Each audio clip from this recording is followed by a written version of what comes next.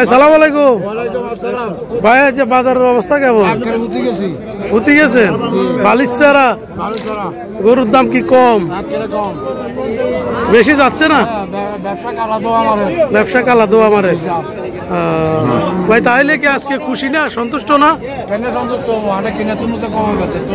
ও আচ্ছা, ঠিক আছে। আচ্ছা, তাইলে ক্রেতারা খুবই খুশি না? আপনারা? ওকে ওকে ওকে ওকে।